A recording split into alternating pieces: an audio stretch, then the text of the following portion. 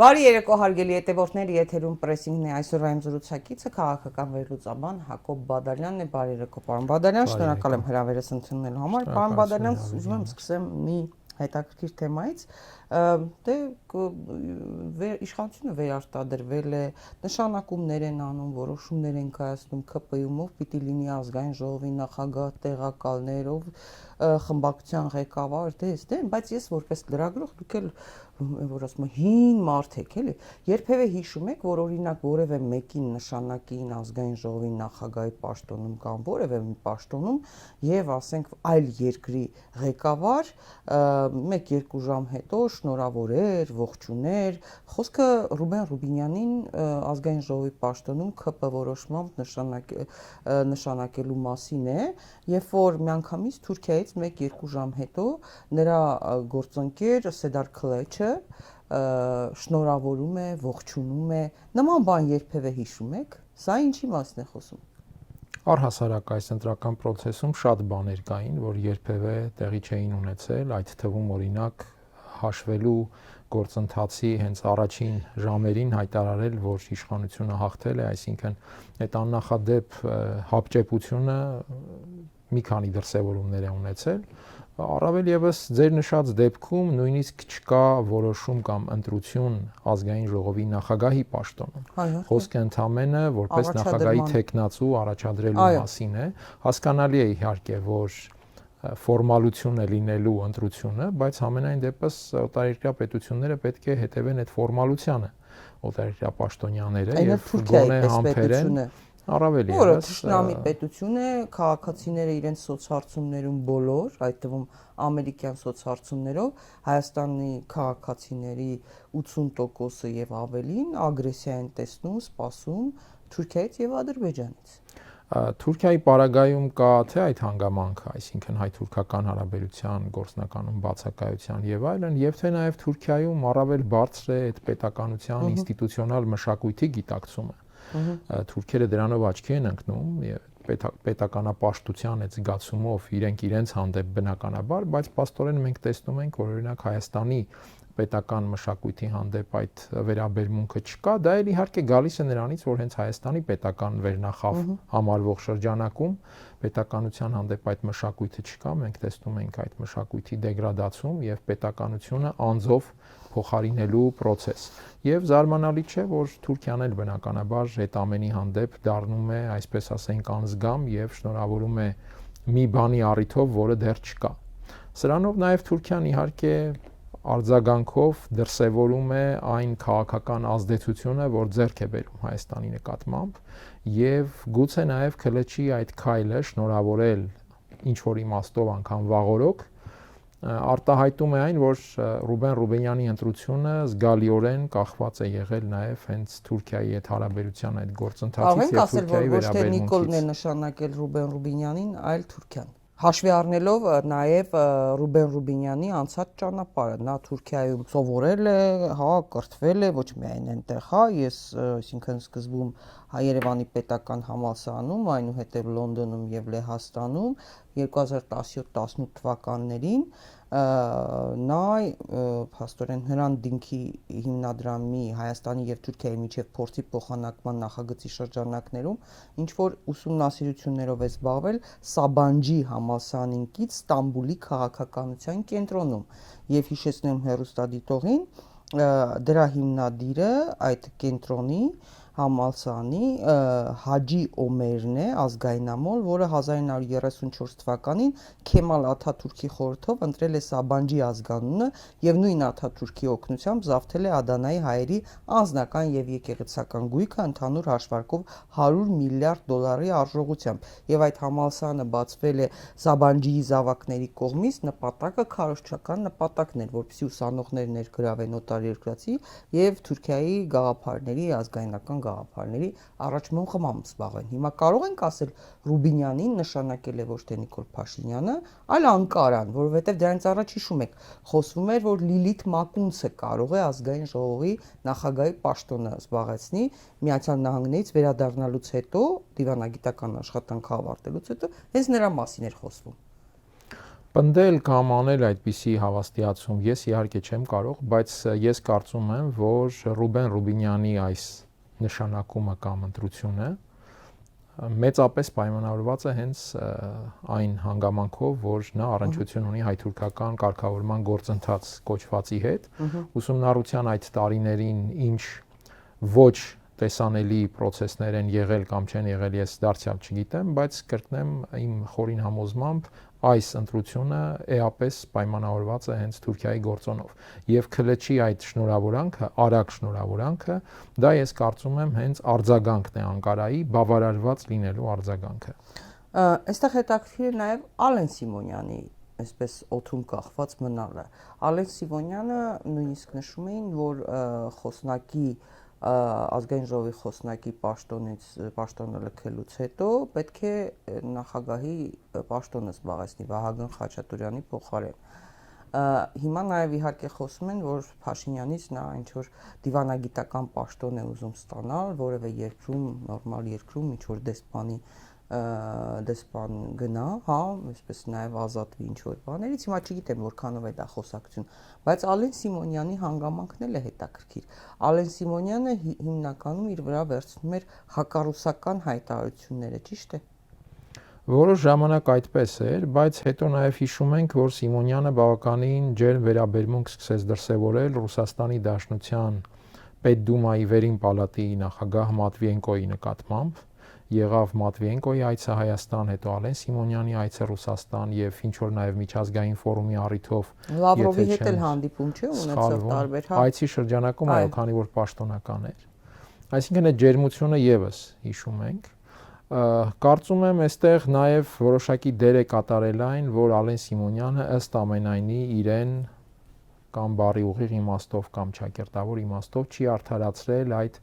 հայ-ադրբեջանական խորհրդարանական տրեկի շրջանակում, որը ձևավորվեց միջխորհրդարանական միջազգային կազմակերպության կուլիսներում, այդ կազմակերպության շրջանակում Գաֆարովա Սիմոնյան այդ պարբերական հանդիպումները,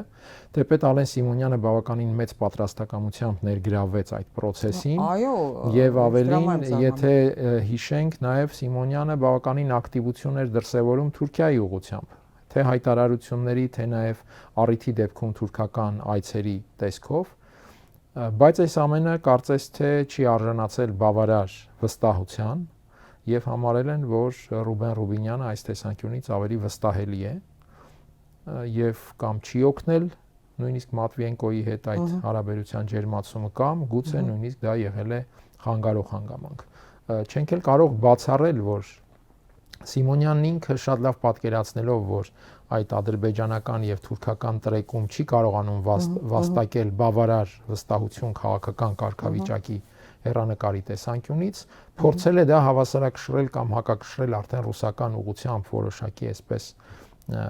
վերականգնումով, հարաբերության վերականգնումով, բայց դա բավարար չի եղել ըստ ամենայնի։ Այսինքն դրանում իսկ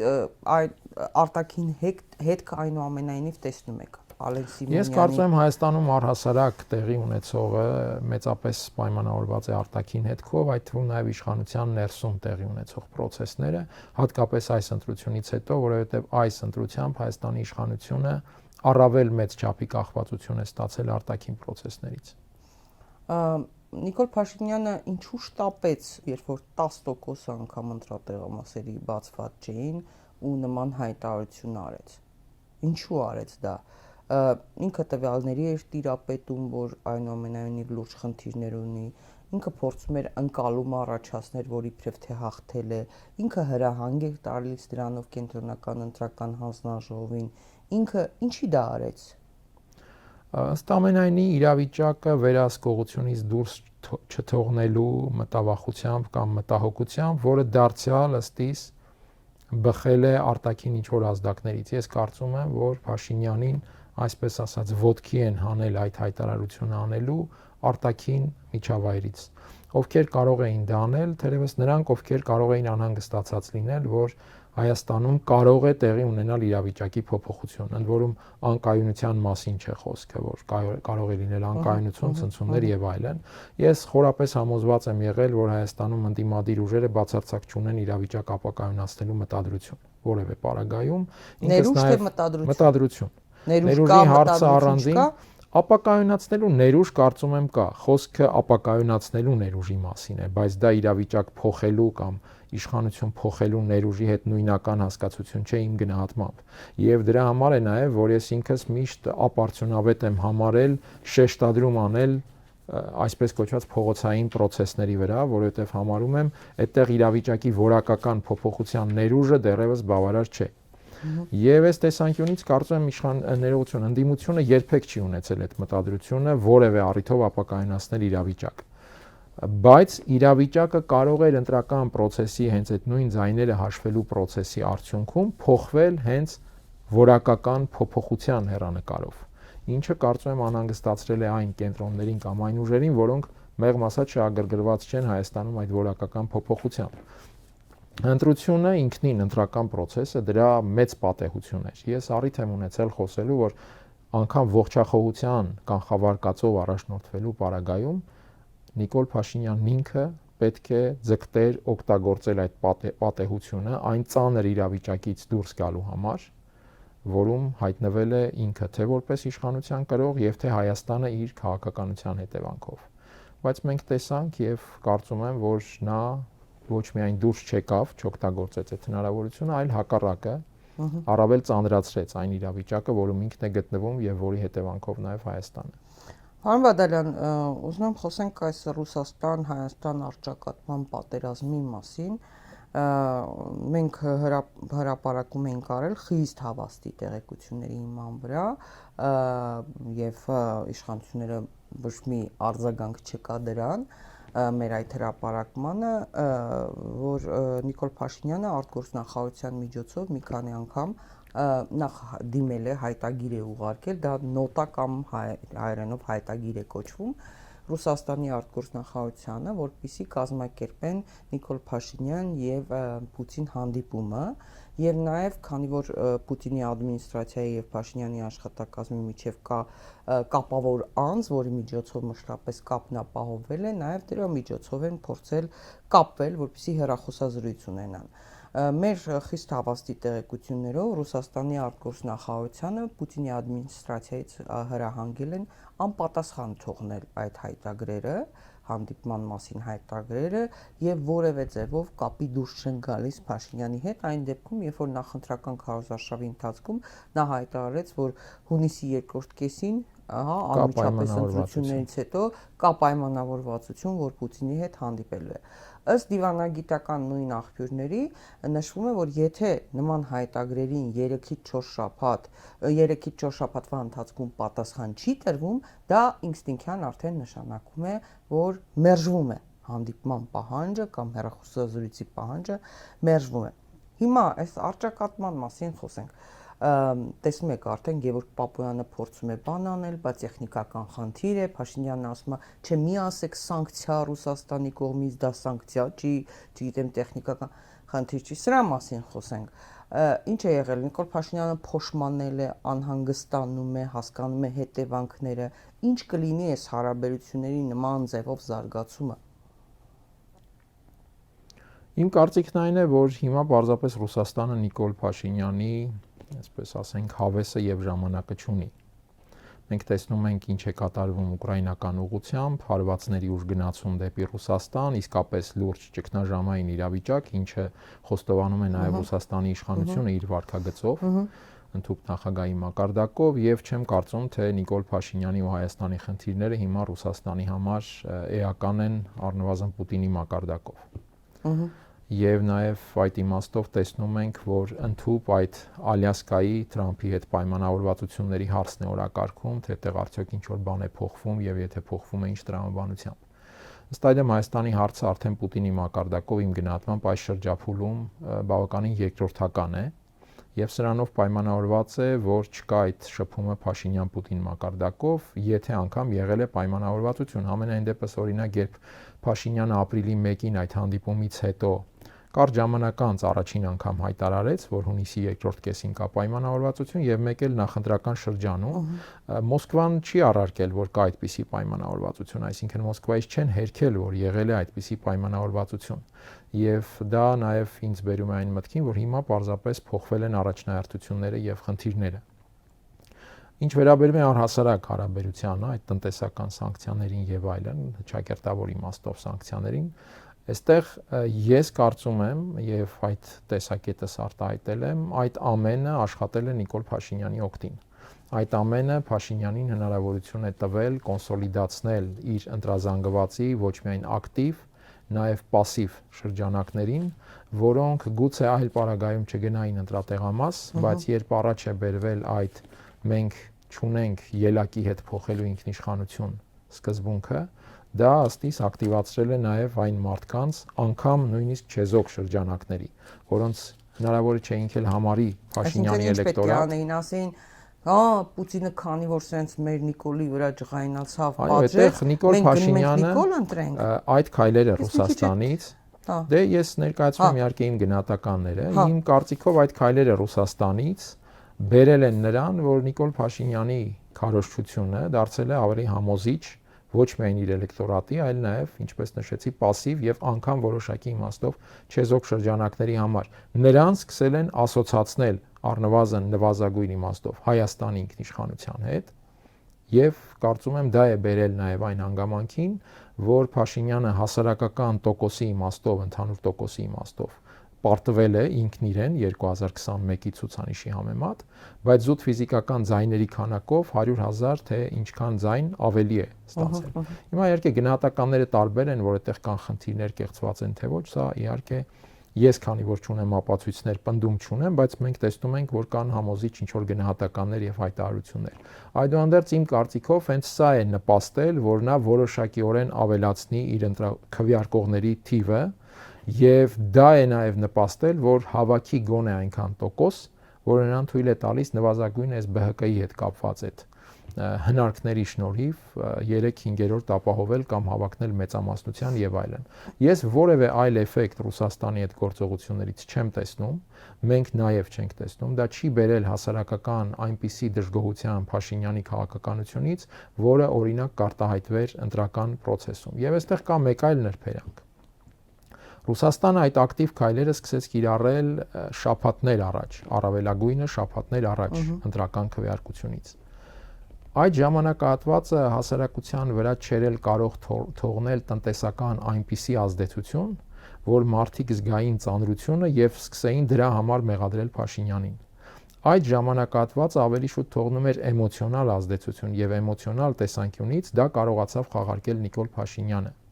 Հիմա Ռուսաստանում չէին հաշվել այս ամենը։ Այդ է ուզում ասեմ, ինչա չէին հասկանում։ Ես խիստ կասկածում եմ, որ Ռուսաստանում այդպիսի հարցերում կարող էին չհասկանալ եւ հետեւաբար հակված են։ Տնտեսագետներն էլ ասում են, այո, որ հուլիս-օգոստոսին արդեն դեպի սեպտեմբեր հիմա էֆեկտը արդեն այս սանկցիաների տեսնում են մարդիկ, առնչվում են։ Այդ դեպքում արդեն մարդկանց վարքագիծը օրինակ կարող է լինել չէին հասկանում։ Կարող է լինել տեսակետ, որ չէին հասկանում, բայց ես հակված չեմ այդ տեսակետին։ Ես կարծում եմ այդուհանդերձ այնտեղ հասկացողներ են, այլ բան է, որ մենք կարող ենք չհասկանալ, թե ինչ չափումներով են իրենք առաջնորդվում։ Իրենց չափումները մեր մասշտաբներից էապես տարբեր են, ինչն են իրենք համարում առաջնահերթ, ինչը երկրորդական։ Բայց նաև այս տեսանկյունից է, որ ես միշտ եղել եմ այն կարծիքին, գոնե առ այս պահը, որ Ռուսաստանը բացարձակապես չի դրել Փաշինյանին Հայաստանի իշխանությունից հեռացնելու խնդիր։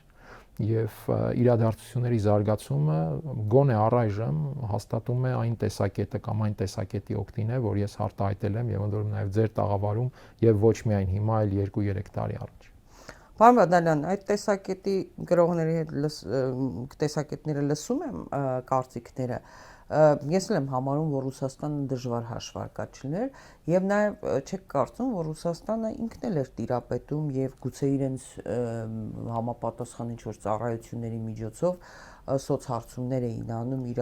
իրավիճակը տեսնում էին ինչ է եւ իրենք հետընտրական զարգացումների վրա են հաշվարկը արել, որովհետեւ տեսակ հա ինչպիսի աջակցություն արևմուտքից եւ տեսեք մամուլում գրվել է, ընդ որում իհարկե պաշտոնական բաներով հերքել են, բայց վրաց թուրքական սահմանում այդ անձնագրերի մասին, կեղծիքների մասին, անհասկանալի այդ 18000 անվավեր թերթիկների մասին այս պատմությունները, երբ որ մենք լսում ենք, կամ ինչպես են ձայներ գողանում, ինչպես ԲՀԿ-ի հետ վարվեցին, այդ տվյալներին իրենք էլ էին, չէ՞, տիրապետում։ Չեք կարծում, որ նրանք դա արեցին հաշվարկելով, որ հայ ժողովուրդը պետք է ինքը առերեսվի եւ հետընտրական զարգացումների վրա է հաշվարկը արվել։ Միամիտ չեն, չէ՞, այնտեղ էլ նստած։ Թե նորից պետք է ասենք բան անեն, Փաշինյանին ընդունեն, սա էլ ասի Վլադիմիր Վլադիմիրովիչ, տեսակ, բայց ես հո ձեզ վատ բան չեմ ասել ինքս, ով որ ասել էր, տեսակ, ալեն մյուս տեստեն, պատժեցինք են կողմը, հանել եմ, կողք եմ դրել, բա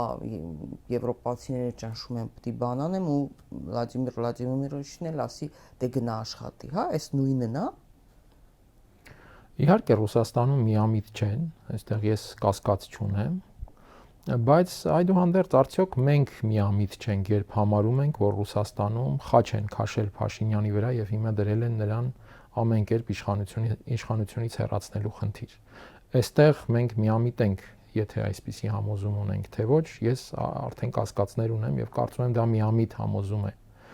Եվ հատկապես այն պարագայում, երբ տեսնում ենք հետևողական քաղաքականություն այս տարիների ընթացքում, հիմա եթե Ռուսաստանը հայ ժողովրդի տեսակետին էր թողնում ամեն ինչ, առնվազն պետք է չօգներ, չօժանդակեր իր քաղաքականությամբ Նիկոլ Փաշինյանին համոզել հայ ժողովրդին, որ Ռուսաստանը ընդդիմադիր ուժերի միջոցով փորձում է զրկել մեզ ինքնիշխանությունից։ Եթե իրենք թողնում են հայ ժողովրդի որոշմանը, եթե ապավինում են հայ ժողովրդին, առնվազն պետք է չօգնեին իրենց քայլերով Նիկոլ Փաշինյանին դե ֆակտո մոլորեցնել հայ ժողովրդին,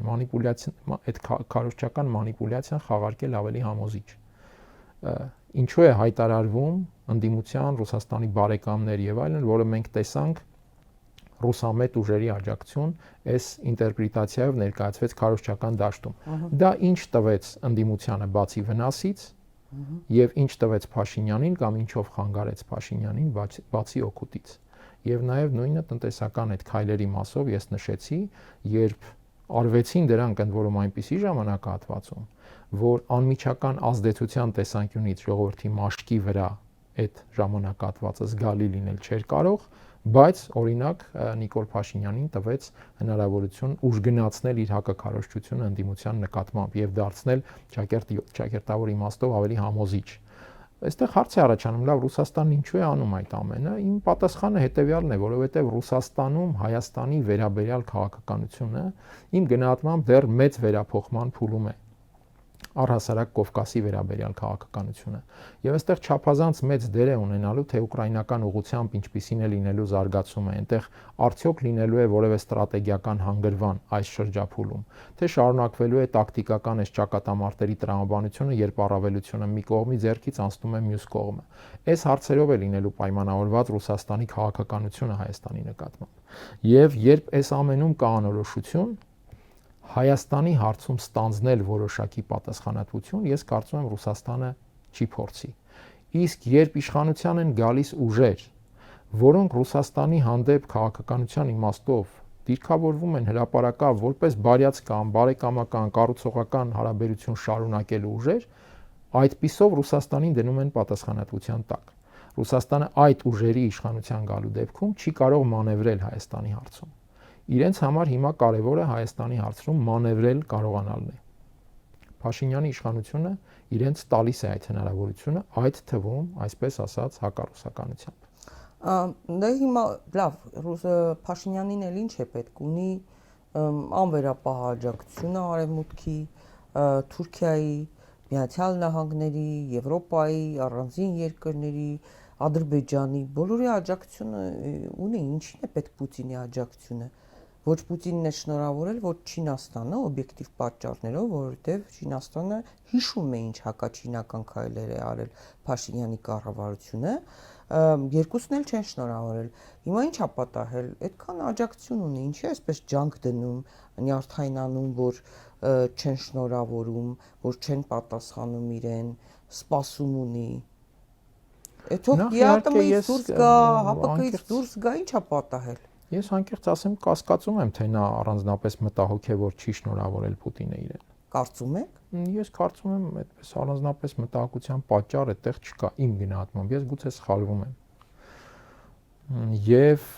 տեսնում ենք նաև, որ օրինակ նրան շնորհավորողներից առաջիններից մեկը եղել է Ղազախստանի նախագահ Տոկաևը։ Հասկանալի է, չէ՞։ Ես կարծում եմ Ղազախստանը որոշակի իմաստով նաև ռուսական կոմունիկացիոն ուղղություն է Եվրասիական միջավայրում։ Նաև թուրքական։ Նաև թուրքական, Հենց նաև բրիտանական, նաև այլ, այսինքն այստեղ իհարկե միարժեք դրա չէ։ համար եմ ասում պարզ։ Բայց օրինակ նույն այդ տեսանկյունից ես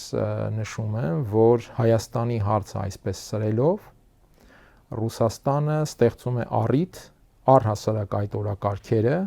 նաև եվրասիական գոտում ընդհանրապես սեղանին դնելու եւ մյուս դերակատարների հանդեպ էլ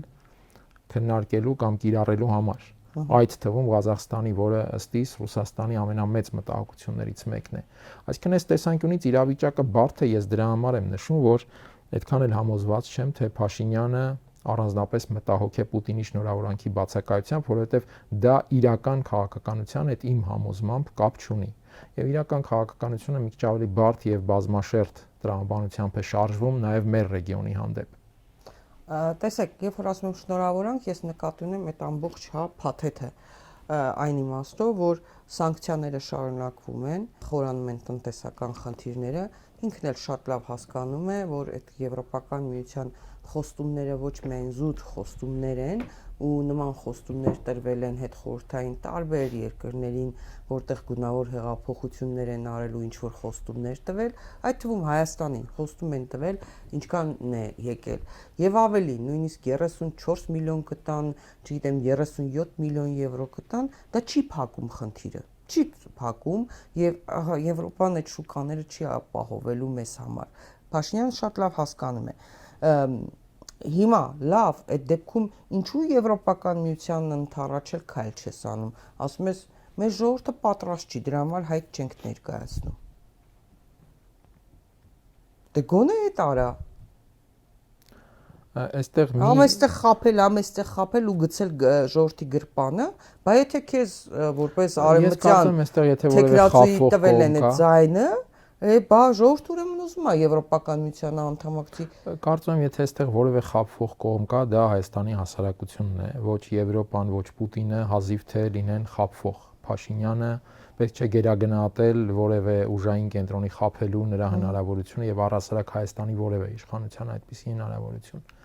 Ինչ վերաբերում է ձեր նշածին, կասկածից վեր է, որ Եվրամիությունը չի կարող լինել Հայաստանի համար շուկայական այլընտրանք բազմաթիվ օբյեկտիվ եւ սուբյեկտիվ պատճառներով, եւ այստեղ մենք կարող ենք խոսել, որ պարզապես քաղաքական հաշվարկներին, այդ թվում գործող իշխանության քաղաքական հաշվարկներին, զոհաբերվում է Հայաստանի տնտեսության մի ահռելի մաս։ Տվյալ դեպքում գյուղատնտեսությունը, գյուղատնտեսական ոլորտը եւ դա այն պարագայում, երբ Հայաստանի տնտեսությունը առանց այդ էլ իր այսպես ստեղծարար ներուժի իմաստով ունի խնդիր, դրա ծավալները նվազում են, Հայաստանի տնտեսությունը կարծես թե վերածվում է ավելի շատ սպասարկող եւ ծառայություններ մատուցող տնտեսության, այդ այսպես կոչված միջին միջանցքի շրջանակում կամ դրա հեռանկարում։ Եվ այս պարագայում իհարկե քաղաքական ինչ որ հաշվարկների համար հարվածի տակ դնել տնտեսության կարևորագույն ճյուղերից մեկը տասնյակ եւ գուցե 100,000-ավոր մարդկանց սոցիալ-տնտեսական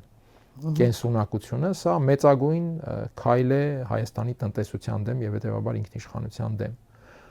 Ինչ վերաբերում է եվրոպական այդ օգնությանը, ապա սա իհարկե փոխհատուցում է, բայց փոխհատուցում է այն տեսանկյունից, որ ոչ թե տնտեսական ներուժը կամ կորուստները թույլ է տալիս կառավարությանը փող ունենալ սոցիալ-տնտեսական ռիսկերը կառավարելու տեսանկյունից։ Որ բողոքի ակցիաներ չլինեն, կառավարել այո, այդ սոցիալ-տնտեսական ռիսկերը։ Այո, սա ընդհանրապես այդ հարցն է լուծում։ Բերանները փակել էլի։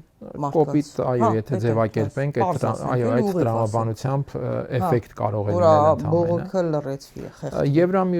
Եվրամիությունը դրանից ավելին պետք չէ Հայաստանից, որովհետև Հայաստանից պետք եղած ընդհանրապես Ադրբեջանին հնարավորինս արագ բավարարելն է եւ այդ կերպ միջին միջանցքի հետ կապված իրենց պատկերացումները կառուցելը Ռուսաստանին առայժմ, ինչպես նշեցի, ավելին պետք չէ, որովհետեւ իրենց համար շատ կարեւոր է այստեղ մանևրի հնարավորություն ունենալը, հատկապես ուկրաինական ուղղությամբ ներկայիս սրացման ֆոնին, երբ գիտենք, որ Եվրամիությունում կարող է ավելանալ այստեղ կամ ալիքը վերստին լինել այդ ալիքը, այստեղ երկրորդ ճակատի տրամաբանությամբ աշխատել Ռուսաստանի դեմ։ Եվ եթե Ռուսաստանը այստեղ ակտիվանա, կասկած չունեմ, որ իրենք էլ այդ տրամաբանությունն են փորձելու ակտիվացնել։ Եվ այս պայմաններում մենք տեսնում ենք ընդհանրապես, ինչպես նշեցի, որ գործող իշխանությունը իր քաղաքական խնդիրները լուծելու համար զոհաբերում է այս դեպքում Հայաստանի տնտեսությունը։ Պարոն Բադալյան, ՀԱՊԿ-ն զգուշացրեց Հարավային Կովկասում հնարավոր էսկալացիայի մասին։ Ինչը նկատի ունեն, ինչ էսկալացիայի, ինչ ռազմական հնարավոր գործողությունների մասին է խոսքը,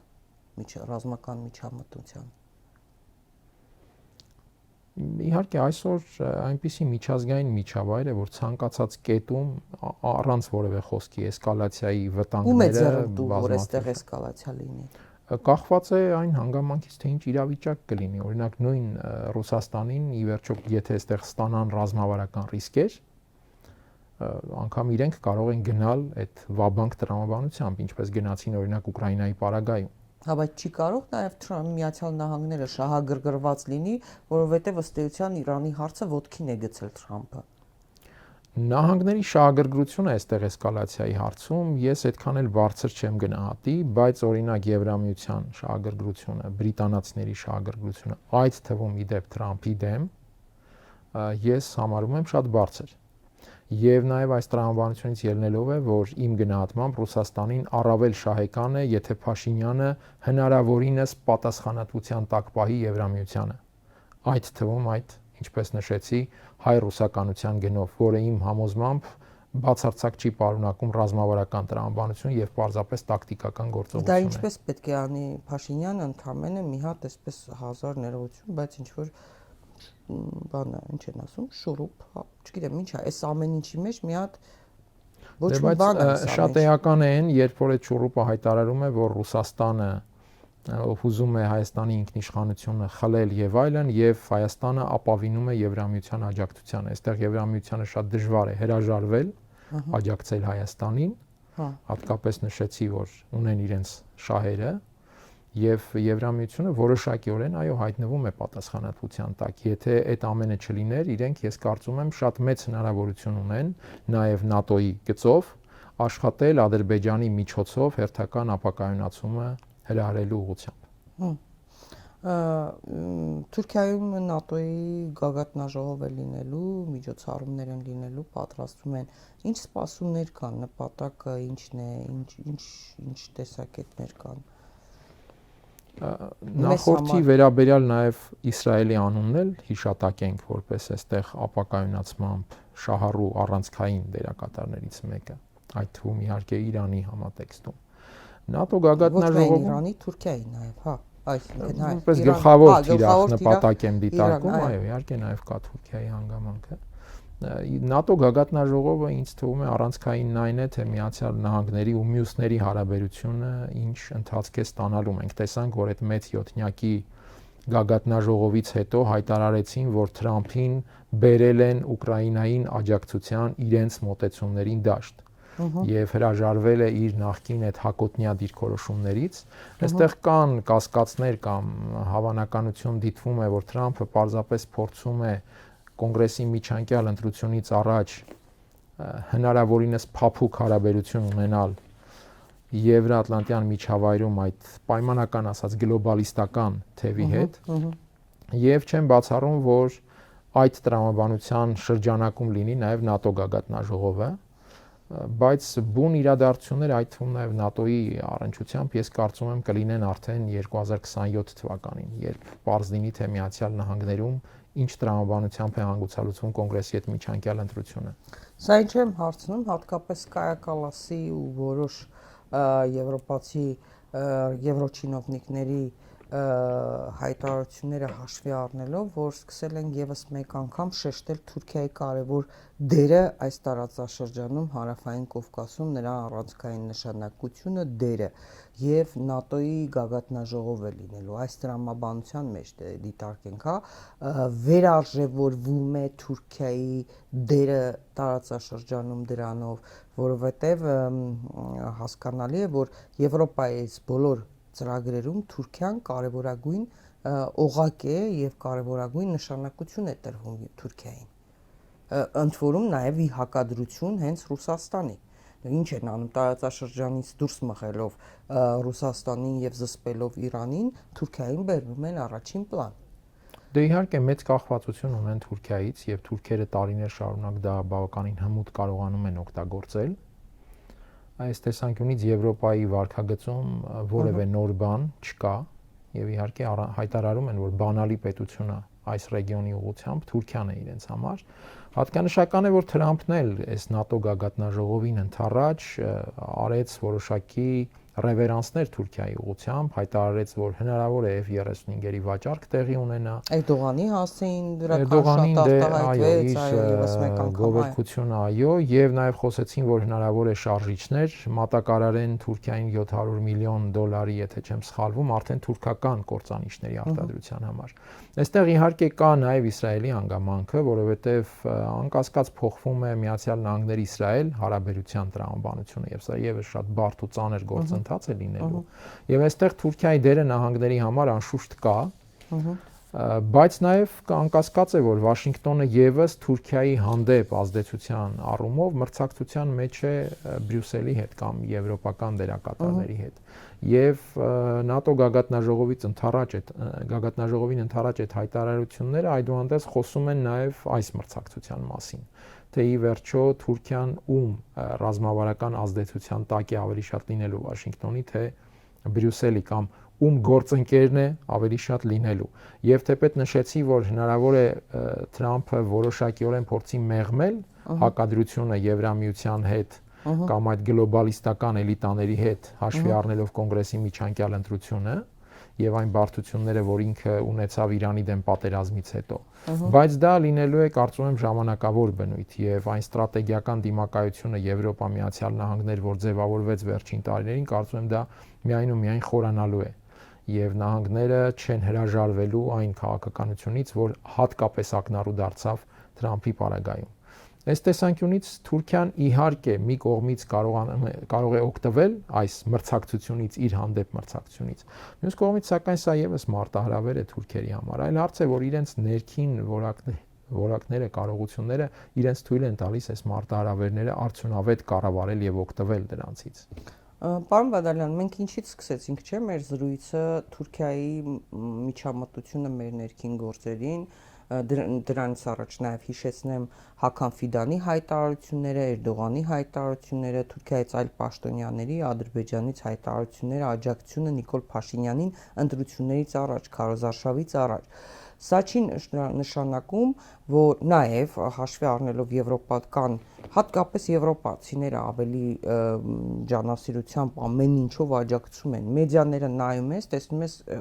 այնպիսի աջակցող հոդվածներ են գրում Փաշինյանի համար, դա աստվածացնում են, հա, բարձրացնում են նշաձողը եւ հետեւաբար հասկանում եմ, վախ ունեմ որպես քաղաքացի, որ տեսնեմ էլ ինչ եմ պահանջելու, որովհետև այսպես որ ասում են դու ամենալավն ես, դու ամենասիրունն ես, դու ամենաբոյովն ես, դու ամենա չգիտեմ ինչն ես, ասում ես այս ինչ են ինձնից ուզելու, չէ՞, իսկ այդտեղ մենք վճարելու ենք մեր պետությունով, մեզնով։ Հիմա այստեղ ինձ համար վախենալու է եւ նաեւ արդյոք դա չի նշանակում, որ Նիկոլ Փաշինյանը ԿՊ-ն չեն հայտարարում, բայց ընդունել են, որ այսուհետ արդեն Հարավային Կովկասում ասողը, ասիչը հենց Թուրքիան է եւ իրենք հենց ենթարկվում են Թուրքիային այլևս։ Գուցե ազնիվ լինեն ասեն։ Եվ իրենք համարում են Ռուսաստանը այլևս չկա Հարավային Կովկասում, նույն դերակատարումը չունի եւ իրենց ասիչը Թուրքիան է, վերջ։ Դա չի նշանակում։ Դա իհարկե շատ բացահայտ է քաղաքականության, այն վարվող քաղաքականության տրամաբանության մեջ, որ մենք տեսնում ենք, այսինքն նույնիսկ բառերի ընտրության հարցում հաշվարկային է, թե ինչպիսի վերաբերմունք կլինի Թուրքիայից։ Եվ ինչպես նշեցի, քանի որ Հայաստանում այս ընտրությունից հետո իրավիճակը ավելի ծանրացել է, որովհետև տեղի է ունեցել պարզապես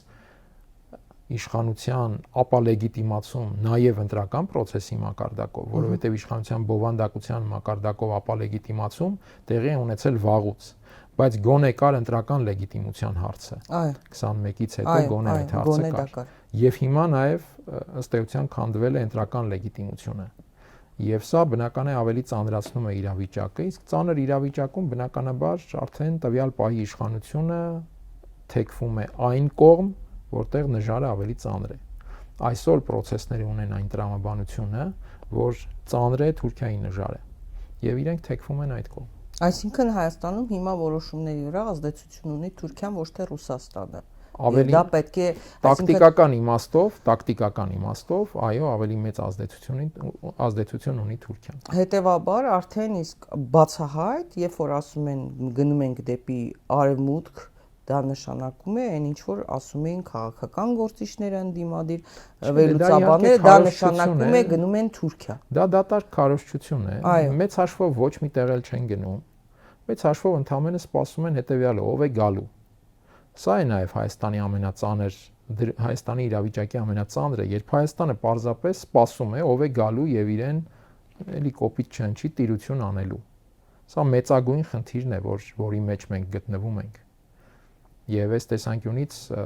սա է, որ պետք է փոխել, որպեսզի Հայաստանը ոչ թե հանձնվի process-ներին եւ սպասի, թե ի վերջո այդ process-ներում ով է լինելու հաղթողը, որ գա իրեն տիրություն անի, այլ Հայաստանը ինքը դիրքավորվի որպես process-ների մասնակից իր պատկերացումներով, որը այո կարող է հակոտնյա լինել տարբեր երկրների հետ, բայց որը աշխատանքային հիմք կարող է լինել հենց միջազգային քաղաքականության համատեքստում։ Մենք տեսնում ենք, որ Հայաստանը բովանդակություն չունի գործնականում։ Այդ խաղաղությունը դա բովանդակություն չէ, որովհետև նույնիսկ խաղաղության մասին չէ այդ ամեն ինչը։ Եվ բովանդակազուրկ պետությունը չի կարող առհասարակ ընտրություն կատարել, ինքը գնում է Եվրոպա, Թուրքիա, թե Ռուսաստան։ Իր հանդեպ են ընտրություն կատարում միմյանց հետ մրցակցելով։ Հիմա պարզապես Նիկոլ Փաշինյանը այն վիճակում է, որ անձնատուր է եղել եւ այն վիճակում է դրել պետությունը։ Դե բնականաբար այդ պետությունն էլ այդ քաղաքականության հետևանքով հայտնվում է այդ վիճակում, որ այս պայմաններում, այս աշխարհակաղակական մարտահրավերների պայմաններում նույն Ռուսաստանը, երբ որ լրջագույն խնդիրներ ունի, այդ թվում Աֆղանստան, Պակիստան ճակատ է բացվում, տեսնում եք այս ամեն ինչը ու շանտաժանել, սպառնալ ԵԱՏՄ-ին, ասել բացատրություն եմ պահանջում, բացատրության եմ սպասում, եթե չտաք, ուրեմն հələ հարց է ծագում ԵԱՏՄ-ն կա թե չկա, սա նորմալ է համարում։ Հետևանքը պետությունն է կրելու, ասենք Ռուսաստանն էլ ասեց, ուրեմն վերջ, գնում եմ բանին, դուք որոշեք։ Ինչ ուզում եք արեք եւ Չէ, ես կարծում եմ Ռուսաստանից պարզապես տրված է այդ խաղի լուֆտը, որովհետեւ Ռուսաստանը ինչպես նշեցի, ունի շատ ավելի լայն հաշվարկներ եւ այդ քաղաքականությունը քարոզչական իր համար խնդիր չէ։ Այդ քաղաքականությունը պարզապես Նիկոլ Փաշինյանի անելիքն է ներքին սպառման տրամաբանությամբ լավ դեմք, այսպես ասենք, վստահ դեմք ցույց տալ վատ խաղի պայմաններում։ Սա ընդհանրապես ներքին սպառման հարց է եւ այս տեսանկյունից չեմ կարծում, թե դա Ռուսաստանի համար խնդիր է։ Խնդիրներն այլ են եւ հենց այստեղ է, որ Հայաստանի իշխանությունը իր արկայությունը կամ ներկայությունը որևէ process-ում, ահա այդ մակարդակով է ձևակերպում։ Այդ քարոզչական մակարդակով, քարոզչությունից զատ չկա քաղաքականություն։ Այստեղ է գլխավոր խնդիրը։ Եվ սա է բնականաբար ծանրացնում պետության վիճակը։ Իհարկե ես կարծում եմ Ռուսաստանի այս խնդիրները նաև մեր համատեքստում նրանից է ծագել, որ իրենց ինչպես ասում են մի քանի բաները, այս բաշնյաները, աշտարակները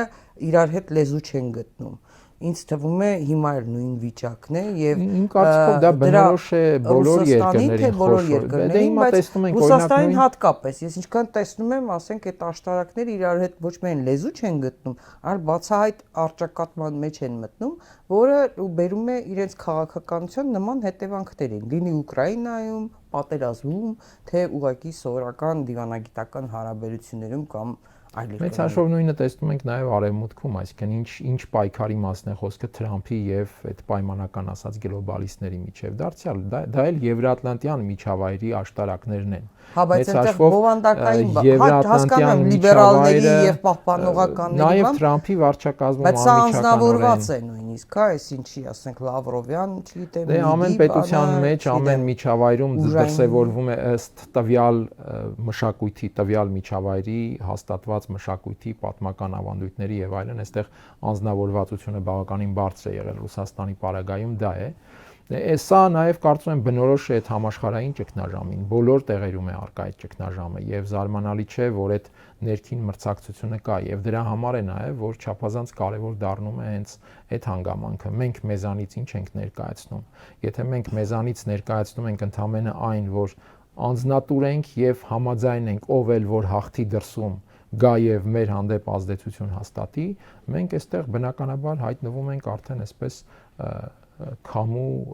հույսին, քամու քմահաճույքին, որ կողմից քամին կփչի եւ մեզ մինչեւ ուր կտանի, որտեղ մենք մեր ծանրությունից զրկվում ենք։ Իսկ ո՞րն է մեր ծանրությունը։ Մեր ծանրությունը մեր ներքին տնտեսական կարողություններն են, ընդհանրապես տնտեսական օրգանիզմի բնույթը, հնարավորինս ինքնաբավությունը, արտադրողական պոտենցիալը։ Մենք տեսնում ենք, որ մեր տնտեսության հանդեպ օրինակ չկա արտաքին որևէ ներդրումային լուրջ հետաքրքրություն։ Դա ինչից է, որովհետեւ տեսնում են չկա սուբյեկտ։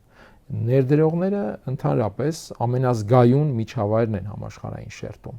Եվ եթե տեսնում են չկա սուբյեկտություն, չկա ծանրություն, դա նշանակում է այդ ներդրումն էլ մի օր քամին կարող է տանել Եթե տեսնում են հեծը խլում են, մարդու սեփականությունը խլում են, արած ցեմենտը խլում են, մյուսից տունը խլում են, այս ինչը խլում են, ով կգա բանանի ներդրումանի Հայաստանում։ Եվ տեսնում են օրինակ, որ վարչապետի մակարդակով ԱԱԾ աշխատակիցներն օժտվում են ցանկացած ինֆորմացիա արտահոսելու, այսպես ասած, իրավունքով։ Ոչ մի ռեակցիա չկա, ասում է որևէ ԱԱԾ աշխատակից փաստորեն Պարոն Բադալյան կարող է որևէ մեկի մասին ինֆորմացիա տարածել, հա, ինչպես օրինակ Ռոբերտ Քոչարյանի եւ Գագիկ Ծառուկյանի հետ կապված տեսանյութեր են տարածում օդանավականից, հա, եւ որևէ մեկը պատասխանատվություն չի այն կրում։ կառավարման համակարգի տրամաբանության մեջ է, որ փորձում է կառուցել Նիկոլ Փաշինյանը, դա ավտորիտարիզմն է, որը դեռևս հիբրիդային փուլում է, բայց աստիճանաբար, եթե հաջողվելու է իրեն դա անել, գնալու է դեպի դասական ավտորիտարիզմ, իսկ դա իմ գնահատմամբ ենթադրում է հետեւյալը, որ բուրգը արդյունավետ կլինի, եթե ստորոտում եւս իրենց մասշտաբով օժտվեն այդ ավտորիտար որոշումներ կայացնելու հնարավորությամբ վերևի թույլտվությամբ եւ ամեն մեկը իր տեղում փաստացի այդ հնարավորությունը ստանում է ԱԱԾ աշխատակիցը իր տեղում վաղը չգիտեմ մեկ այլ գերատեսչության աշխատակից իր հնարավորությունը կամ իրավունքները կստանա եւ այդ բուրգով կառուցվելու է ավտորիտար այն համակարգը եւ ինչքան է դա դիմանալու դա դիմանալու հնարավորություն չունի դա չի կարող դիմանալ առանց արտաքին որևէ այսպես ուժեղ հովանու իսկ ուժեղ հովանին էլ արդեն Հայաստանի վերաբերյալ ինչ պլաններ կունենա սա բոլորովին այլ հարց է եւ այստեղ է նաեւ կրկնեմ ամենավտանգավորը որ տեղի է ունենում Հայաստանի շուրջ այո այն մանավանդ որ կան երկրներ Թուրքիա, Ադրբեջան եւ որոնք ատամները սրած սպասում են հարմար պահին եւ անթակույց հայտարարում են իրենց պլանների մասին եւ Ադրբեջանից են հայտարարում եւ նաեւ ձեռքերը տաքացրած այն իմաստով որ փափուկ ուժով կարող են այդ խնդիրները լուծել բայց ցանկացած պարագայում որևէ ուժի դեմ լինելու համար կամ անգամ ուժային որևէ սխեմայի սցենարի հակազդելու համար դու պետք է ունենաս բովանդակություն Հայաստանի Հանրապետությունը զրկվում է քաղաքական բովանդակությունից սա է ամենավտանգավորը եւ ստեղծվում է ես ինչպես բնորոշել եմ պարզապես կենցաղապետություն Թուրքական աշխարհը մենակ տեսնելով հետևելով թե ինչպիսի կազմակերպվածություն է ցուցաբերում ընդհանուր մինչև այդ թուրքախոս պետությունների կազմակերպությունը ընդհանուր նույնիսկ մտածում են սեփական բանակ ունենալու մասին, իրենց ծրագրերի մասին են հայտարարում, մեծ թուրանի մասին են հայտարարում, այստեղ ես լսում եմ մարդկանց քարոզչություն են անում, թե ընդդիմությունը այդ թուրանը, այդ հորինված ծրագիրը չկա նման բան։ Ես տեսնում եմ այդ պրոպագանդան հանրային հեռուստաընկերությամբ իրենց ստեղծած որոշ մեդիա հարթակներով իրենց քարոզիչներով ինչպես են մարդկանց տանում բթացնում հա զգոնությունը որպեսզի մարդիկ կորցնեն հա բան է սարսափելի է սա պատկերացնել Այո, մեր հանրությունը հիմա գտնվում է այդպիսի ինֆորմացիոն շատ ուժեղ գրոհի ներքո եւ մեծ հաշվով դե ֆակտո այդ հանրային օրգանիզմի դիմադրունակությունը ես կարծում եմ այլևս հաղթահարված է։ Եվ այստեղ իրավիճակը կարող է լինել անդառնալի շատ ավելի մոտ ապագայում, քան կարող է թվալ եւ հետեւաբար այստեղ շատ մեծ անելիք կա, ահռելի անելիք կա եւ արագ անելիք։ Պարոն Բադալյան, Եվրահանձնաժողովի նախագահ Ուրսուլա ֆոն դեր Լայենը հուլիսի 1-ին այցելելու է նախ Բաքու, հետո 2-ին 3-ին Երևան։ Սրա մասին ուզում եմ խոսենք, ինչի է գալիս Տիկին Ուրսուլա ֆոն դեր Լայենը, որը բազմիցս հայտարարել է իր հետաքրքրությունների մասին հստակ, որ իրենց հետաքրող միակ բանը դա միջին միջանցքն է, որով կկարողանան Թուրքիայի միջոցով կենտրոնական Ասիա դուրս գալ, կապել եւ հետաքրքիր է այն, որ գալիս է Բաքու, հետո այստեղ ուզում եմ հիշեցնել մեր հերոստատիտողին էլ, որ դրանից առաջ Ադրբեջանից դժգոհություններ էին արտահայտվել եվրոպական ծրագրերի հետ կապված, հատկապես Բաքու կարս երկաթգծի Ախալքալակ կարս հատվածը Հայաստան-Եվրոպա բեռնափոխադրումների նպատակով բացելու մասին հայտարարություններին, նույնիսկ Ադրբեջանից ասացին, որ ուրիշի փողերով կառուցված եւ ուրիշին պատկանող ռելսերի հաշվին ուրիշին դիվիդենդներ եք տրամադրում, այսպիսի դժգոհություններ եղան։ Հիմա ուզում եմ հասկանալ, գնում է Ալիևին փարատելու, ինչ նպատակով է գնում, ինչու է գնում սկզբում Բաքու, հետո Երևան, ամսի 2-ին 3-ին մնալու է Երևանում, ինչ մեսիջ է բերում այստեղ։ Ինչ հանձնարարական ավելի ճիշտ կփորձեն Ալիևի պահանջների նշաձողը, այսպես ասած, փոքրինչ իջեցնել, որպեսզի Երևանը հնարավորինս շուտ կարողանա բավարարել այդ պահանջները, եթե դա չստացվի, արդեն Երևանում կփորձեն, այսպես ասենք, Փաշինյանին համոզել ընդունել այդ պահանջները ավելի շատ կարկանդակներ խոստանալով։ Եկեք բացենք, հա, որոնց մասով Ալիևի որ պահանջների մասով իջեցնել նշաձողը եւ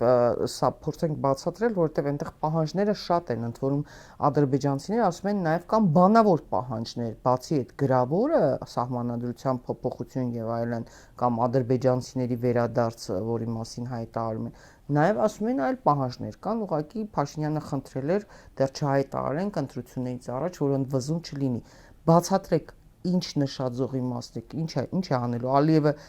զիջելու է։ Ես իհարկե չեմ կարող ասել զիջելու է թե ոչ, բայց ենթադրում եմ, որ կփորձեն այդ նշաձողի իջեցման հասնել, որպեսզի Երևանը մնացյալը բավարարի հնարավորինս արագ։ Եվ որպեսզի հնարավորինս արագ Եվրամիությունը ստանա այստեղ իր բաժնեմասը Կովկասից։ Եվրամիությունը այդ խնդիրն է փորձում լուծել։ Կովկասում իրենք բաժնեմաս չունեն, ունեն ներկայություն, առավելապես Հայաստանի միջոցով, ինչ որ առաքելություններ եւ այլն, բայց իրավունքի տեսքով բաժնեմաս այդ առումով չունեն իրենք եւ այս հարցն են փորձում լուծել։ Եթե Ալիևը չզիջի, իսկ Ալիևը մեծ հավանականությամբ չի զիջելու, որտեղ ինքը զգում է իր առավելությունը, այդ թվում նաեւ Եվրամիության հանդեպ որոշակի իմաստով իհարկե, այս դեպքում փորձելու են Երևանում այդպես ճոխ կարկանդակներ խոստանալով ավելի մոտեցնել Հայաստանի այդ պահանջներին ադապտացվելու հնարավորությունը։ Սա է եւ մյուս հանգամանքն էլ կա, որ ես կարծում եմ այս էլ երևի թե պետք չէ ուշադրությունից բաց թողնել։ Եվրամիությունը կարող է անգամ կասկածել, թե արդյոք Ադրբեջանը իրապես ցանկանում է, այսպես ասենք, ամբողջական խաղաղություն, հաստատված խաղաղություն,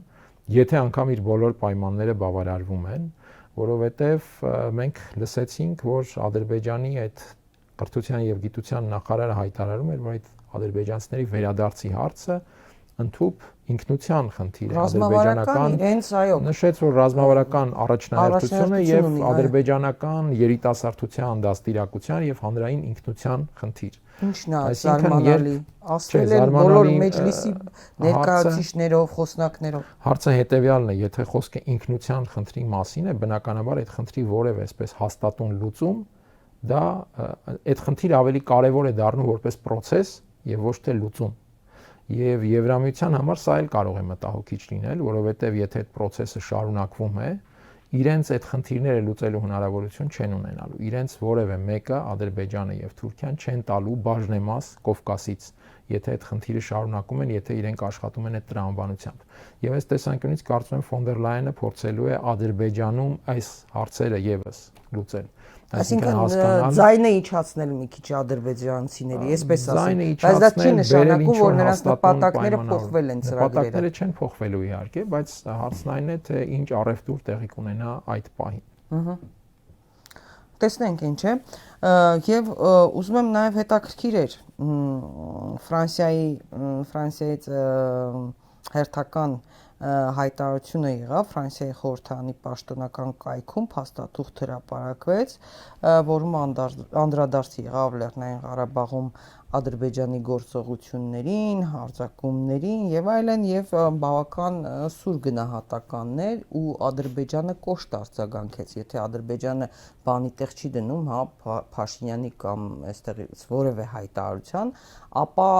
չի կարող անտեսել Եվրոպայից կամ Ֆրանսիայից նման, հա, այն էլ արտգործնախարարության խորհրդարանի Ֆրանսիայի խորհրդարանի պաշտոնական կայքում հրապարակված նման հայտարարություն փաստաթղթին։ Ինչ է ուզում անել Ֆրանսիան, ինչ նպատակ է հետապնդում, հայտարարվել է, որ փաստորեն մյուս տարի Ֆրանսիայում ընտրություններ են լինելու։ Դրան ընդառաջ են փորձում հայկական համայնքին մոբիլիզացնեն, որպեսզի չկորցնեն հայկական համայնքի ձայները, հաշվի առնելով, որ հայ համայնքը կարևոր դերակատարում ունի Ֆրանսիայում եւ դժգոհություն ունի իշխանություններից Ֆրանսիայի։ Ինչ խնդիր են լուծում։ Նպատակը ո՞րն է։ Կարծում եմ այդպես մեկ նպատակի հետ մենք գործ չունենք, իհարկե այդ ընտրական հարցերը կարող են լինել, Ֆրանսիայի ներքին հարցերը եւ հայկական համայնքի գործոնը։ Կարծում եմ կարող է լինել նաեւ մեկ այլ ուշագրավ հանգամանք։ Մենք տեսնում ենք վերջին շրջանում, որ Մակրոնի եւ ֆոն դեր Լայենի ջրերը այդուհանդերձ այդքան էլ նույն առվով չեն հոսում։ Ես ուզում եմ հիշեցնել, օրինակ մի քանի շաբաթ առաջ Փարիզում տեղի էր ունենում այդ եռյակի հանդիպում Ուկրաինայի եւ ներողություն Իրանի թեմայով եւ Մակրոնը դեմ էր եղել, որ դրան մասնակցեն ֆոն դեր Լայենը եւ ՆԱՏՕ գլխավոր քարտուղար Յուտեն։ Հա, բայց Մակրոնը նաեւ ջերմ բառեր էր գրել իր X-ի սոցիալական էջում ուղղված Ադրբեջանին, Հայաստան-Ադրբեջան խաղաղությանը, Ադրբեջանի այլ բան նկատի ունեմ, որ ֆոն դեր Լայենի այցից առաջ որոշակիորեն այդ թեկուզ համեմատական հարաբերական սրացմամբ հնարավոր է Մակրոնը պարզապես բարթացնում է այն միջավայրը, որտեղ պատրաստվում է աշխատել ֆոն դեր Լայենը Ադրբեջան եւ Հայաստան այցերի ընթացքում։ Նաեւ նկատի ունենանք, որ Մակրոնն ինքը հավակնում է լինել նախագահությունից հետո, հավակնում է լինել Եվրահանձնաժողովի նախագահ եւ սրա մասին եվրոպական մամուլը բավականին բաց գրում է եւ Ելիսեյան պալատից որևէ հերքում չի եղել, որ կա այդպիսի հավակնություն։ Սա մի տարբերակ, որ կարող է լինել, այսինքն բարթացնել պարզապես ֆոն դեր Լայենի համար բանակցային միջավայր։ Ադրբեջանի արձագանքը իր հերթին ես միշտ նշում եմ, որ այս տեսանկյունից Ադրբեջանի արձագանքը ոչ այնքան իրական մտահոգություն կարող է արտահայտել, որքան այդ դժգոհությունները արտահայտելով ստեղծել իր համար, այսպես ասենք, սակարկության ավելի նպաստավոր պայմաններ եվրոպացիների հետ։ Իսկ հաշվի առնելով այն, որ Ադրբեջանը Եվրոպայի հանդեպ իրեն բավականին վստահ է զգում, հատկապես այսօրվա միջավայրում, Ալիևը միանգամայն կարող է այս պահերը օգտագործել հենց նույն նպատակով եւ այս պարագայում ես ամենևին չեմ բացառի նույնիսկ, որ կարճաժամկետ իմաստով այս դրվագում Մակրոնն ու Ալիևը կարող են նաեւ որևէ ընդհանուր, այսպես ասած, խաղի տրամաբանությամբ գործել։ Դա իրենք ունեն նաև Ֆրանսիան ունի Նախիջևանում էլ, հա։ Եվ դուք նշեցիք Ադրբեջանի տնտեսական շահեր ունի, ներդրումներ ունեն, հա, ֆրանսիական խոշոր ընկերությունները ըստ էության ունեն, շահեր ունեն, այնպես չի, որ մենք հավատում ենք այսպես Ադրբեջան-Ֆրանսիա առճակատումներին 100%-ով, հարցը դա չի, կան տնտեսական շահեր։ Ինչու հանկարծ հիշեցին, որտեղ հարգելի է որտեղ նշեմ, որ այդ փաստաթղթում այսպիսի գնահատական էլ է հնչում,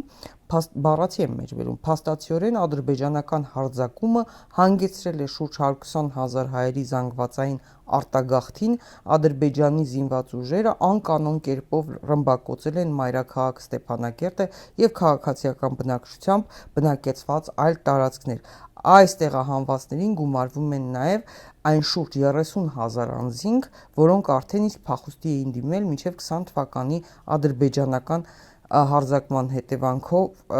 ստեղծված իրավիճակը։ Այսինքն այս ոնց լուրջ շորտ մոռացել եք Մակրոնը Պրահայում ինչ էր անում, ինչ դերակատարում ունեցավ, այս ինչ հայտարարություն է, ինչու հանկարծ հիշեցիք առաջին անգամը չէ, որ Ֆրանսիայում խորհրդարանը մի դիրքորոշում կարող է արտահայտել եւ գործադիր իշխանությունը այլ քաղաքականություն վարել, չմոռանանք 44-օրյա պատերազմից հետո Արցախի ճանաչման մասին բանաձև ընդունվեց։ Այստեղ իհարկե շատ մեծ է հայկական համայնքի դերը ֆրանսիական շրջանակների հետ աշխատանքի հարցում, որը խորհրդարանական ուղղությամբ բավականին բարձր էֆեկտիվություն ունի, իհարկե գործադիրի առումով սահմանափակումները ավելի շատ են դառնում, բայց բոլոր դեպքերում Ֆրանսիան անգամ այսօրվա վիճակով այդուհանդերձ շատ ավելի բարդ պետություն է իր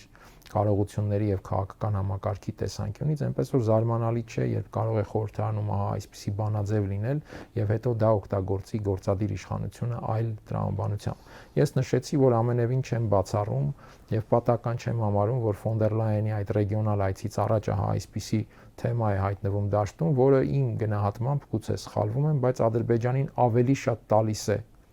սակարկության հնարավորություն, օրինակ նույն ֆոն դեր Լայենի հետ, քան հակառակը։ Չեմ պատկերացնում, որ Ֆրանսիայի խորհրդարանում այո, բանաձևը կարող է Ադրբեջանի համար լուրջ ինչ-որ անդառնալի խնդիրների ենթադրել, հետեւաբար հակված եմ մտածել այս տրամաբանությամբ։ Պարոն Բադալյան, նաև խոսենք Նեթանյահուի կառավարության կողմից հայերի ցեղասպանությունը ճանաչելու վերաբերյալ այդ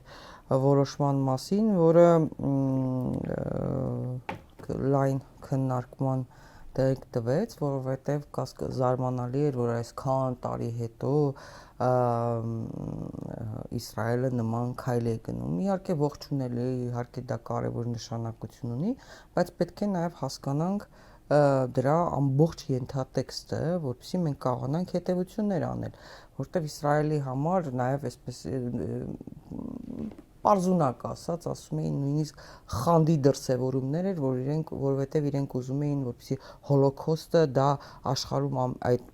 մասով ամենաառանձնահատուկ նշանակություն ունեցող առանցքավոր իմաստով մոնոպոլիայի այո, մոնոպոլիայի բան կար, հա, փորձենք հասկանալ նպատակը։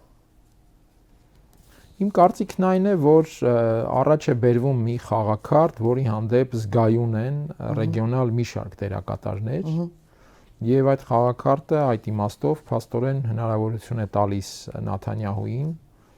ստեղծել առնվազն որոշակի այսպես միջավայր, որտեղ իր քայլերի հնարավորությունները կարող են ընդլայնվել, որովհետեւ երբ Իրանի շուրջ գնում է ավելի շատ բանակցային process, նրա քայլերի հնարավորությունները սահմանափակվում են, որովհետև Նեթանյահուն ակնհայտորեն խաղադրույք կատարել է ռեգիոնալ պատերազմի վրա։ Սա եթե տեղի չի ունենում, որոշակի այդպես քաղաքական հնարավորությունների սեղմում է լինում, հայկական խաղաքարտը իմ կարծիքով առաջ է բերվել դաշտ բացելու տեսանկյունից։ Դրա հանդեպ, բացի Թուրքիայի վերաբերմունքից, որը հասկանալի է, գիտենք, այստեղ այդ հարցի հանդեպ զգայուն, անուղղակի, բայց զգայուն լինելու է թե Իրանը, թե Միացյալ Նահանգները, թե նաև հենց Թուրքիայի հետ վերաբերմունքի կամ համատեքստի առումով մյուս դերակատարները, Եվրոպան, Ռուսաստանը, այսինքն սա մի հարց է, որը այդուհանդերձ ավելի մեծ շրջանակ է ներառում, քան պարզապես Իսրայել, Հայաստան եւ Թուրքիայի շրջանակ։ Բայց կարող է նաև Քնեսեթը չընդունի, չէ՞, մերժի։ Կարող է չընդունել, այսինքն սա կախված է նրանից, թե Նեթանյահուն սա առաջ բերելով ինչ հարցեր կլուծի մինչև Քնեսեթ։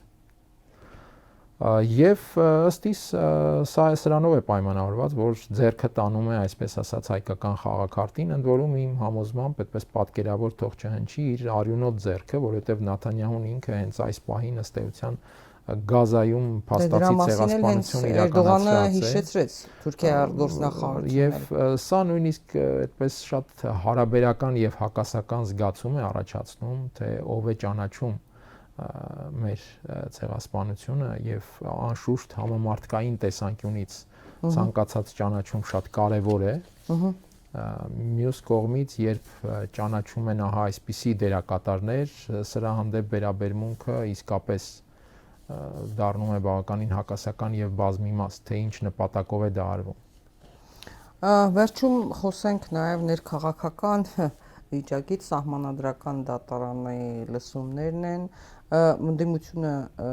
լուրջ փաստեր է, փաստական հիմք է ներկայացնում, գուցե շատերը լայն հանրությունը սովորաբար սահմանադրական դատարանում կամ դատարանի շուրջ տեղի ունեցող կամ սահմանադրության շուրջ տեղի ունեցող process-ներին չի հետևում, բայց մասնագետները, ովքեր հետևում են, տեսնում են, թե իսկապես ինչ փաստական հիմքեր են ներկայացնում ընդդիմադիր ուժերի ներկայացուցիչները սահմանադրական դատարանում, տեսնում է որոշ առանձին Փաշինյանի կողմից նշանակված դատավորների խայտառակ պահվածքը, ասենք օրինակ Սեդա Սաֆարյանի, իդեպ հարգելի հետևորդներ, Սեդա Սաֆարյանը, երբ որ նշանակվեց դատավոր, վարորդ է նշանակել իր ամուսնուն եւ իր հարսին էլ նշանակել է սահմանադրական դատարանում իրեն օգնական։ Չնայած տղային էլ հակակոռուպցիոնում են նշանակել, այսպես դրա համար էլ բաները աճում են հնարավորությունները, ընտանեկան բան է։ Ինչևէ, բայց ինչպիսին կլինի ձեր կարծիքով որոշումը, բնականաբար ընդդիմությունն էլ որևէ սպասում չունի ոչ լեգիտիմ սահմանադրական դատարանից, հա, ապօրինի կերպով ընտրված այդ դատավորների որոշումներին ասում են իրենք, որ օգտվում են այն հնարավորությունից, որ բաց դատավարություն է, բաց ընթացակարգով եւ հասարակությունը տեսնում է ինչ ծավալի կեղծիքներ են տեղի ունեցել։ Ձեր կարծիքով այնուամենայնիվ փորձենք այսպես բան անել, հա, ինչ կլինի որոշումը։ Փաշինյանը կգնա արտահերթ ընտրությունների թե ոչ, Բարգավաճ Հայաստանին կվերադարձնեն գողացված ձայները թե ոչ, ինչ կլինի։ Իմ կարծիքով միակ ինտրիգը հենց Բարգավաճ Հայաստանի ձայների հետ կապվածն է, այսինքն այդտեղ կլինի արդյոք փոխվող իրավիճակ թե ոչ, որից կախված է 3/5-ը։ Ես կարծում եմ նոր ընտրության առհասարակ նոր ընտրության ինտրիգ չկա եւ սահմանադրական դատարանը չի չեղարկի եղածը, Բարգավաճի անցնել չանցնելու հետ կապված կփոխվի պատկերը թե ոչ, սա միակ ինտրիգն է, որի հավանականությունը ես շատ բարձր չեմ համարի, բայց կարծում եմ այդուհանդերձ ինչ որ ինտրիգ այստեղ լինել կարող է, դարձյալ էին էլի փաստերը։ Դարձյալ իմ գնահատմամբ ավելի շատ կախված արտաքին միջավայրում իրավիճակից եւ արտաքին միջավայրում եղած դիրքորոշումներից կամ վերաբերմունքից ինչպիսին կլինի, որովհետեւ ես ինչպես նշեցի համոզված եմ հենց քվեարկությունից հետո այդ շարժերը իմ համոզմամբ դրանք առավելապես արտաքին միջավայրից բխած վարքագիծ են անհրաժեշտություններից, թելադրանք, թե որևէ այլ տարբերակ, սա ուրիշ հարց է։ Սա իմ կարծիքով ինտրիգ է, բայց ես ուզում եմ մտածել, որ այդուհանդերձ մեր ընդդիմադիր ուժերը ունեն պատկերացում հետագա անելիքի վերաբերյալ եւ հստակ պատկերացում ավելի երկարաժամկետ իմաստով անկախ սահմանադրական դատարանի որոշումից եւ այո այդ պրոցեդուրան իրավաքաղաքական անցնում են առանց պատրանքների, այդ շատ կարեւոր է թե մյուս անելիքների հարցում ինչ մոտեցումներ կան եւ երկարաժամկետ իմաստով ես ուզում եմ ակնկալել որ ունեն, որովհետեւ առհասարակ մենք ընտրական ցիկլերի տեսանկյունից կա մի այսպիսի ճակերտավոր ավանդույթ ամեն ցիկլից հետո ընդդիմադիր դաշտում process-ները կարծես թե սկսվում են 0-ից ամեն ցիկլից հետո մի ընդդիմություն այսպես հասարակայնորեն, լայնորեն արձանագրվում է մի ընտրության ձախողում, մի ընդդիմության ձախողում եւ հետո ինչ որ նոր process է սկսում 0-ից, ընկալումների մակարդակով, հասարակության սպասումների եւ այլնի։ Կարծում եմ պետք է խախտել այդ ավանդույթը։ Եվ ես ինքս բնորոշում եմ այս իրավիճակը հետեւյալ կերպ, որ ընդդիմության պարտության մասին թերևս չարժե խոսել։ Այո, հաղթանակի մասին խոսելու հնարավորություն չկա, բայց թերևս չարժե խոսել պարտության մասին։ Որտեղ դա պարտություն չէ։ Շատ բան է հաջողվել փոխել։ Եվ վերջին ամիսների աշխատանքը, որ ընդդիմության առաջատար ուժերը տարան հասարակության հետ, ինքը բավականին արդյունավետ էր։ Եվ այդ աշխատանքը, եթե չլիներ այդ տրամաբանությամբ, այսինքն հասարակության հետ ուղիղ շփումներ եւ քաղաքական process-ը բերել հասարակություն ընդդիմություն հարաբերության եւ երկխոսության դաշտ, ոչ թե իշխանություն ընդդիմություն ներողություն ռազմորկայի դաշտ։ Երբ այդ փոփոխությունը տեղի ունեցավ, արդյունքը իրեն զգացնել տվեց։ Հիմա պետք է պարզապես զարգացնել այդ արդյունքը եւ հետեւաբար կարծում եմ, որ պետք է ունենան այդ հետագա աշխատանքի պատկերացումները թե կարճաժամկետ թե երկարաժամկետ անելիքների իմաստով։ Երբ օրինակ նշում էի, որ մեր հասարակությունը գտնվում է ինֆորմացիոն մեծ ալիքի ներքո եւ այստեղ կան շատ եւ արագ անելիքներ, արագը օրինակ նկատի ունեմ, այստեղ պետք են արագ աշխատանքային համակարգեր ձևավորել, որpիսի հասարակության այդ ալիքից պաշտպանելու կամ հասարակությանը իրապես բովանդակություն հաղորդելու process-ը շարունակվի։ այն process-ը, որ ամիսներ շարունակ կարծում եմ բավականին նկատելի արդյունավետությամբ իրենք առաջ էին տանում։ Պետք է պարզապես շարունակել այդ աշխատանքը եւ զարգացնել այդ աշխատանքը։ Դեռևս չունեն վերջնական որոշում մանդատները վերցնել չվերցնելու մասին։ Սամվել Կարապետյանը հարցազրույցում կոչով հանդես եկավ, նշելով, որ անդիմադիր ուժերին հրավիրում է երկխոսության, քննարկեն համատեղ ծրագրերի մասին, դեռևս չեն որոշել վերջնական մանդատները վերցնելու են թե ոչ, բայց ես որքան հասկանում եմ, հակված է ընդդիմությունը վերցնելու եւ պայքարը շարունակելու ոչ միայն ներսում, այլև դրսում։ Դուք որ տեսակետի կրողն եք, պետք է վերցնեն մանդատները, թե ոչ։ Կիսվել են տեսակետները, կան էմոցիոնալ տեսակետներ, մարդիկ օրինակ ասում են 21-ի հետ են համեմատում, ասում են ինչներին է պետք։ Քաղաքագետներ, մասնագետներ ասում են, սահմանադրագետներ, որ պետք է վերցնել մանդատները, շարունակել պայքարը, հա, թույլ չտալով, որպեսզի օրենքի փոփոխությամբ Նիկոլ Փաշինյանը կարողանա այլ ուժերի բերել, մտցնել եւ իր նպատակին հասնել։ Կան օրինակ մարդիկ, որոնք ուղղորդված, չգիտեմ, դեռ կհասկանանք ինչ նպատակներով, միանշանակ պնդում են, որ չպետք է վերցնել ու վերջ, հա։ Դուք որ տեսակետի կրողն եք, ձեր կարծիքով որն է ճիշտ այս իրավիճակում, որովհետև նրանք ովքեր ասում են չպետք է վերցնել, հիմա անողոք այսպես պայքար են մղում նաև ընդդիմության դեմ, թիրախավորում են ընդդիմությանը, չես հասկանում ինչու։ Դա հենց այդ ճակերտավոր ավանդույթի շրջանակում է, որ նշեցի, ամեն ընտրական ցիկլից հետո ընդդիմադիր դաշտում ստեղծել զրոյական մի իրավիճակ, որը ստեղծում է արդեն այդ իրավիճակում սեփական տեղն ու դիրքը ավելացնելու հնարավորություններ տարբեր ուժերի համար։ Հիմա օրինակ Էդմոն Մարուքյանը օրինակ երբ որ ասում է պնդում է որ չպետք է վերցնել, բայց հարց է ծագում, քեզ էլ ասում էին որ քո ուժը 2% նույնիսկ չի հավաքելու։ Ինչու մտար փոշիացրեցիր ձայները, չէ՞։ Այսինքն երբ որ քեզանից է պահանջվում, քայլ դու չես բանանում, բայց եթե դու ունենայիր այդ մանդատը, չէիր հրաժարվելու։ Հիմա ինչու եք խփում ընդդիմությանը։ Ես սա չեմ հասկանում։ Իմ տեսակետը հետևյալն է, չմտնելով տարբեր առանձին գործիչների տեսակետները գնահատելու կամ վարքագիծը գնահատելու դաշտ, որ մանդատները միջոց են, որից պետք չէ հրաժարվել։ Եվ ես այս տեսակետը հիմա չէ որ արտահայտում եմ, օրինակ երբ նախորդ գումարման ընդդիմությանը պարբերաբար կոչեր էին հնչում հրաժարվել մանդատներից եւ այլն, ես այդ ժամանակ էլ արտահայտվել եմ, որ ես չեմ պատկերացնում, չեմ հասկանում այդ հրաժարվելու իմաստը եւ երկարաժամկետ էֆեկտը։ Եվ այս տեսանկյունից իմ կարծիքն այն է, որ մանդատները միջոց են, որ պետք է վերցնել, օգտագործել, բայց շատ կարևոր է իհարկե հասկանալ այն ընդհանուր ռազմավարությունը, որի շրջանակում պետք է օգտագործել այդ միջոցները, որովհետև մանդատները վերցնելու պարագայում պետք է չափազանց կարևոր մի խնդիր էլ լուծել, թույլ չտալ, որ process-ը դարձյալ տեղափոխվի ընդդիմություն իշխանություն, այս բառը էլի օգտագործեմ, որովհետև սա է ամենաբնորոշը էլի այդ երևույթին, որ եղել է ռազմորկայի այդ միջավայր ձևավորելու համար։